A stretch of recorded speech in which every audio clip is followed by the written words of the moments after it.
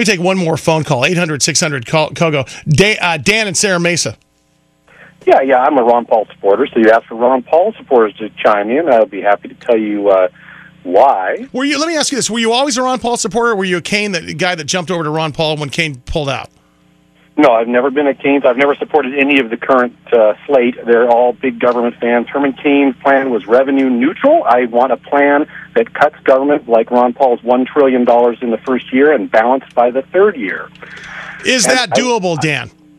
Yeah, well, I don't know if it's doable politically, but it's absolutely doable mathematically, and we ought to insist that Congress go along with these kinds of changes. We're talking about a guy who wants to defend the country but not remake the world, which is, I'm sorry to people that are stuck way over to the conservative side and they got the same kind of misconception that people on the way left have. Yeah, I think they're all drinking the Kool-Aid. You're right.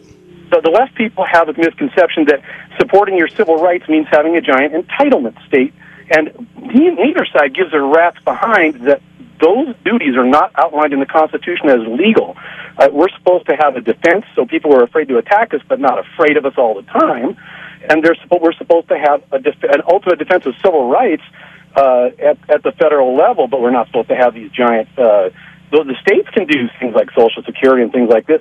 We have to face up to the real problem, and that's that this kind of power was never meant to be in the hands of a few people in Washington, D.C., and it corrupts them, whether it's to have too big a military or too big of a so-called rights movement. Dan, I agree with you 100%. I appreciate the phone call. I can tell you this, that Ron Paul is far from perfect, but he does have a history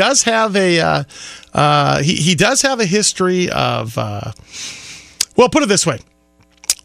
Here's a guy that's going to give you a fresh approach, and he has taken a lot of commendable stands in recent years, and now he's done something truly worth admiration, and that is he's chosen not to be ridiculous.